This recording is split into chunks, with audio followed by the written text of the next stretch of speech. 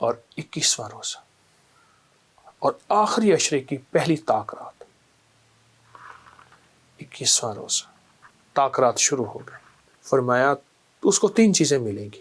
ایک تو مرنے سے پہلے شب قدر ملے گی، دوسرا مرنے سے پہلے شب قدر کے جلوے ملیں گے۔ تو ان راتوں میں جو ہماری طاق راتیں ہیں، جس کی پہلی طاق رات میں 21 کی رات پہلی رات، ان طاق راتوں میں ضروری نہیں ساری رات جاگے۔ ہم دعائیں پڑھتے ہیں، ہم مانگتے کہاں ہیں؟ تو اللہ کہتا ہے ٹھیک ہے، پھر جس وقت مانگو کہ میں دے دوں گا، ابھی تو پڑھ رہے ہیں۔ اس کا اجر، اس کا ثواب، اس کی برکات، اس کے کمالات اور اس کی تاثیر اللہ وہ دے گا جو تیری نسلوں کو دے گا، نسلوں کو۔ ہم نے 21 کی رات کو لیا تھا، اور وہ اسم اعظم ہم نے ہر 21 کی رات کو پڑھنا نہیں چھوڑا، اور پھر جس وقت پڑھتے ہیں ہمیں ملتا ہے۔ کھانے میں پودینے کا استعمال ضرور کیجیے گا۔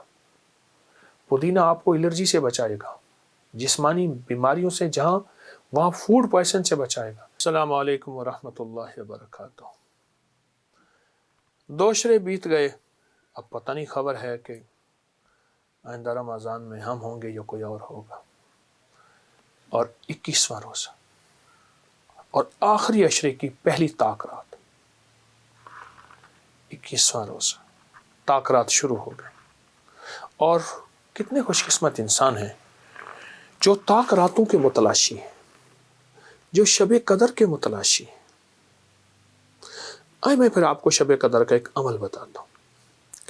ایک درویش فرماتے ہیں کہ جو شخص ساری عمر ہر نماز کے بعد، صبح شام، دن میں کسی وقت 3 بار سورۃ قدر پڑھے گا، اور اس نیت سے کہ اللہ مجھے شب قدر عطا فرما، فرمایا اس کو 3 چیزیں ملیں گی۔ ایک تو مرنے سے پہلے شب قدر ملے گی، دوسرا مرنے سے پہلے شب قدر کے جلوے ملیں گے۔ ایک ہے شب قدر ملی، عبادت کر دی میں نے، مجھے پتہ نہیں تھا کہ شب قدر ہے، نہیں، اس کے جلوے بھی ملیں گے۔ اور فرمایا تیسرا، شب قدر پہ جو وعدے ہیں اللہ آنکھوں سے دکھائے گا۔ عجیب بات ہے، شب قدر پہ کے جو وعدے ہیں معمول بنا لے، ہر نماز کے بعد 3 دفعہ سورۃ انا انزلنا، صبح شام 3 دفعہ سورۃ انا انزلنا، سورۃ قدر، بیٹھے ہوئے اٹھتے ہوئے 3 بار سورۃ قدر، اس نیت سے کہ یا اللہ مجھے شب قدر عطا فرما، مجھے شب قدر عطا فرما، اور شب قدر کے جلوے دکھا، اور شب قدر کا اجر دکھا، اور شب قدر کی برکات دکھا۔ اس نیت سے بڑا طاقتور عمل ہے، بہت طاقتور عمل ہے۔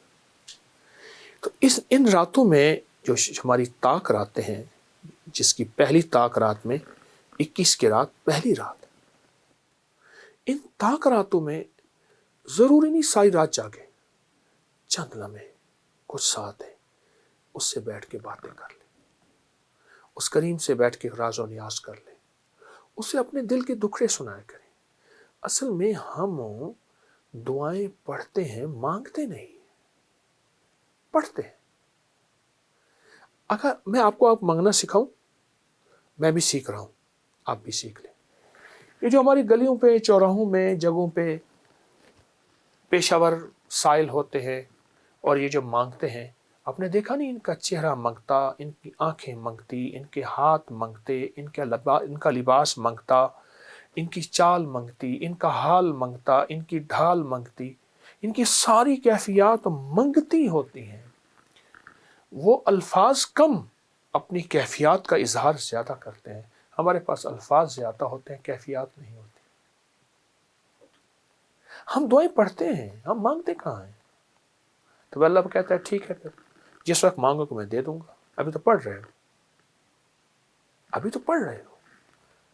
تو ان منگتوں سے جو پیشہ ور ہمارے یہ منگتے ہیں، ان کو دیکھا کریں، اور ان کو دیکھ کے خالق سے مانگنا سیکھیں، اللہ سے مانگنا سیکھیں۔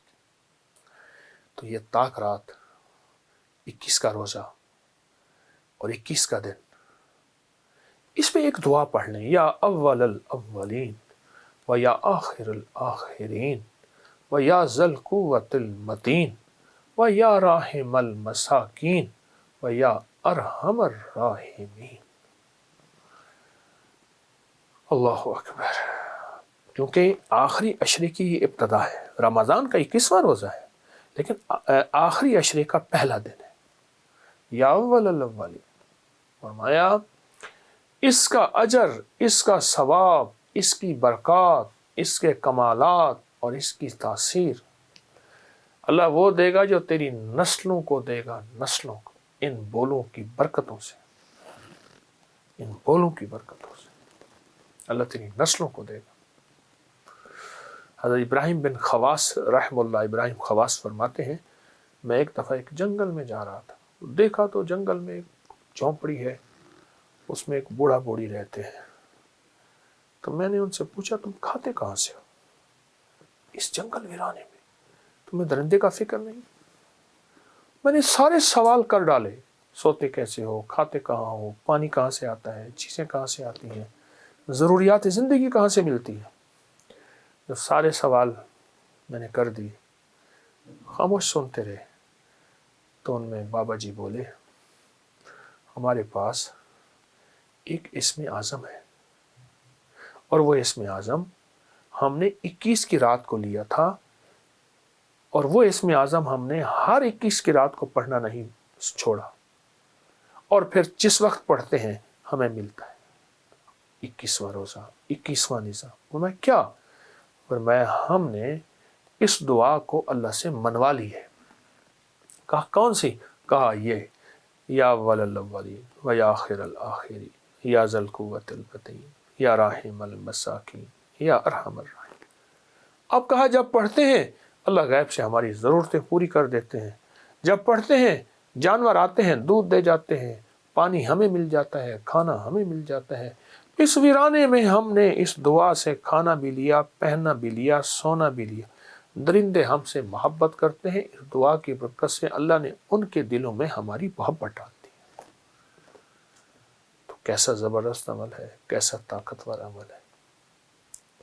اور ایک چیز بتاؤ، صحت و فٹنس کے لیے نا اپنے کھانے میں پودینے کا استعمال ضرور کیجیے گا. پودینہ آپ کو الرجی سے بچائے گا، جسمانی بیماریوں سے جہاں وہاں فوڈ پوائزن سے بچائے گا. اور پودینہ کھانے والے جن کے ساتھ پودینے کی دوستی ہوتی ہے، خشک یا تر پودینہ دوستی ہوتی ہے، ان کو چھوتی وبائی بیماریاں ان کو تلاش نہیں کرتی اور ان کے قریب نہیں آتی. حتیٰ کہ ہماری طب کی پرانی کتابوں میں یہاں ہے کہ جو پودینہ بہت زیادہ استعمال کرتا ہے اس کو بھیڑ کاٹے تو بھیڑ مر جاتا ہے، مچھر کاٹے تو مچھر مر جاتا ہے. پودینہ معدے کے لیے، جسم کے لیے، الرجی کے لیے، فٹنس کے لیے اور حسن و جمال کے لیے لاجواب چیز ہے. یا آپ نیٹ کی دنیا اٹھا کے دیکھیں کہ پودینے کا حسن و جمال کے ساتھ کیا تعلق ہے، ہمارے چہرے کے ساتھ، ہماری خوبصورتی کے ساتھ کیا تعلق ہے. تو پودینہ بھی ساتھ ضرور استعمال کیجیے گا انشاءاللہ. ہمیں روحانی جسمانی دونوں فٹنس چاہیے، اس لیے کہ ہم بڑھ چڑھ کے اللہ کی عبادت کریں، اللہ کے بندوں کی خدمت کریں. جزاک. السلام علیکم.